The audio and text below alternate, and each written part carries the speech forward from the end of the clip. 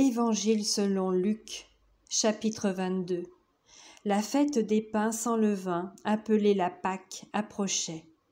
Les principaux sacrificateurs et les scribes cherchaient les moyens de faire mourir Jésus, car ils craignaient le peuple.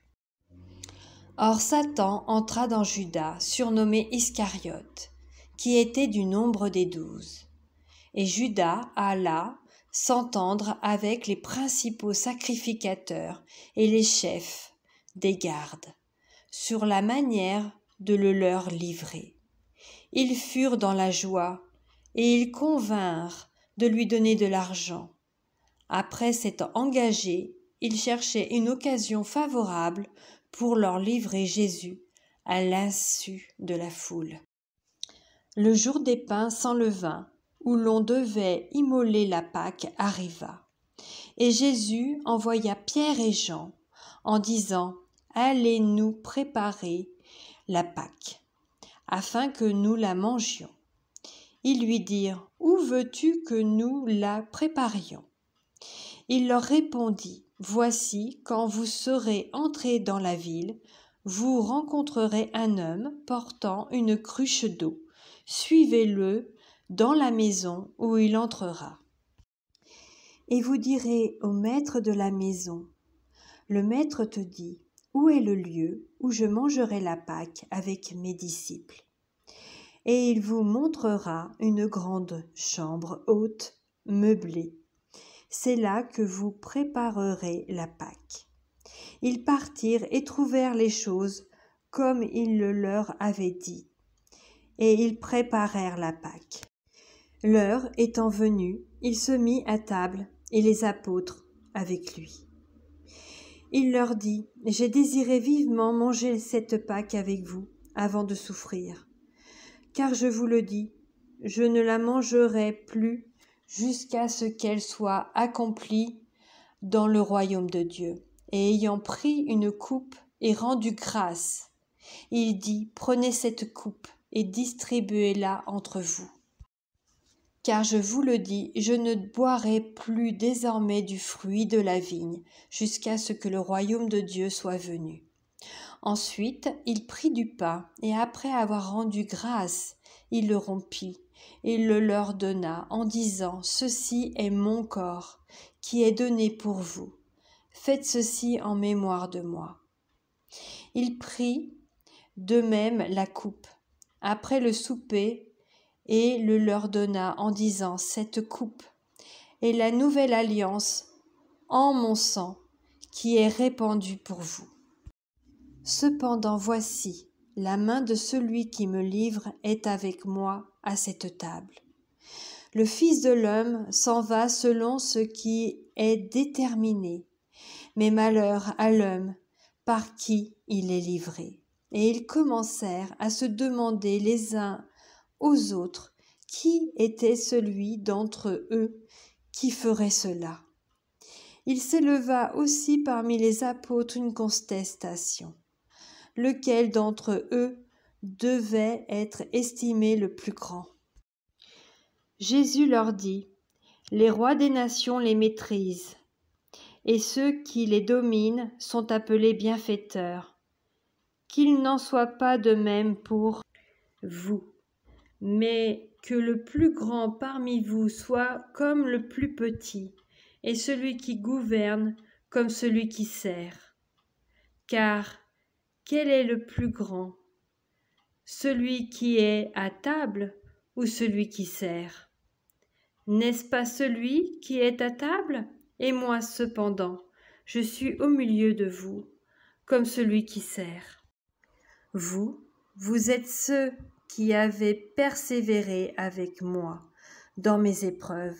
C'est pourquoi je dispose du royaume en votre faveur, comme mon Père en a disposé en ma faveur, afin que vous mangiez et buviez à ma table dans mon royaume, et que vous soyez assis sur des trônes pour juger les 12 tribus d'Israël.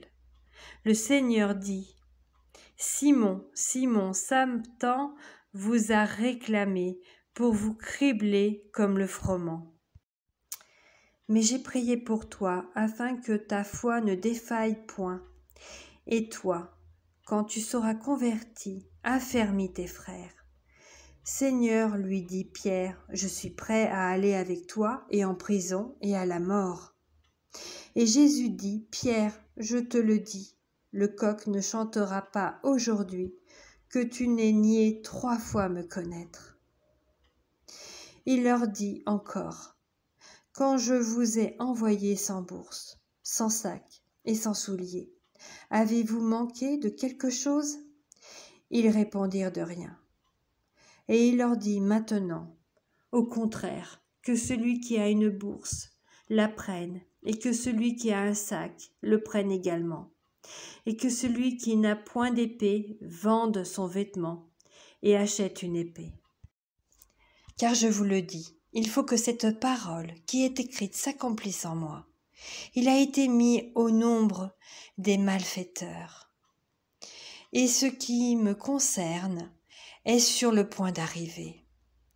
Ils dirent, Seigneur, voici 2 épées. Et il leur dit, cela suffit.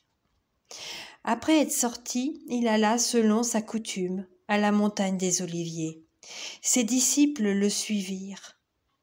Lorsqu'il fut arrivé dans ce lieu, il leur dit, priez, afin que vous ne tombiez pas en tentation.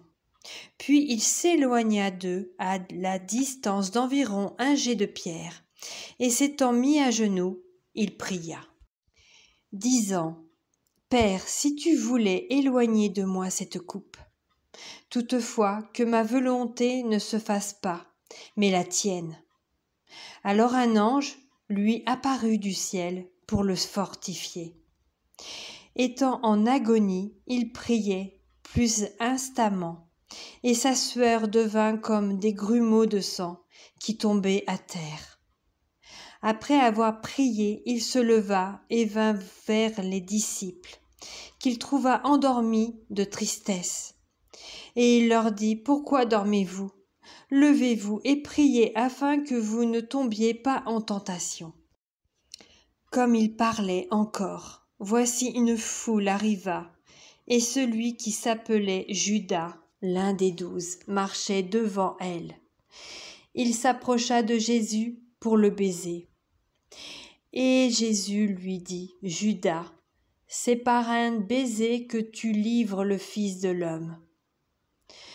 Ceux qui étaient avec Jésus, voyant ce qui allait arriver, dirent, Seigneur, frapperons-nous de l'épée? Et l'un d'eux frappa le serviteur du souverain sacrificateur et lui emporta l'oreille droite. Mais Jésus, prenant la parole, dit, Laissez, arrêtez. Et ayant touché l'oreille de cet homme, il le guérit. Jésus dit ensuite aux principaux sacrificateurs, aux chefs des gardes du temple et aux anciens qui étaient venus contre lui, vous êtes venus, comme après un brigand, avec des épées et des bâtons. J'étais tous les jours avec vous dans le temple, et vous n'avez pas mis la main sur moi, mais c'est ici votre heure et la puissance des ténèbres.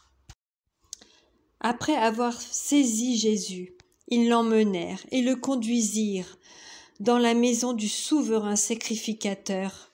Pierre suivait de loin. Ils allumèrent du feu au milieu de la cour, et ils s'assirent. Pierre s'assit parmi eux. Une servante, qui le vit assis devant le feu, fixa sur lui les regards, et dit, cet homme était aussi avec lui. Mais il le nia, disant, femme, je ne le connais pas. Peu après, un autre, l'ayant vu, dit, tu étais aussi de ces gens-là. Et Pierre dit, homme, je n'en suis pas. Environ 1 heure plus tard, un autre insistait, disant, certainement cet homme était aussi avec lui, car il est galiléen. Pierre répondit, homme, je ne sais ce que tu dis. Au même instant, comme il parlait encore, le coq chanta. Le Seigneur s'étant retourné, regarda Pierre, Et Pierre se souvint de la parole que le Seigneur lui avait dite. Avant que le coq chante aujourd'hui, tu me renieras 3 fois. Et étant sorti, il pleura amèrement. Les hommes qui tenaient Jésus se moquaient de lui et le frappaient. Ils lui voilèrent le visage et ils l'interrogeaient en disant « Devine qui t'a frappé ?» Et ils proféraient contre lui beaucoup d'autres injures. Quand le jour fut venu, le collège des anciens du peuple, les principaux sacrificateurs et les scribes, s'assemblèrent et firent amener Jésus dans le Sanhédrin. Ils dirent « Si tu es le Christ, dis-le-nous. » Jésus leur répondit « Si je vous le dis, vous ne le croirez pas. Et si je vous interroge, vous ne répondrez pas. Désormais le Fils de l'homme sera assis à la droite de la puissance de Dieu. » Tous dirent « Tu es donc le Fils de Dieu ?» Et il leur répondit « Vous le dites, je le suis. » Alors ils dirent « Qu'avons-nous encore besoin de témoignages? Nous l'avons entendu nous-mêmes de sa bouche. »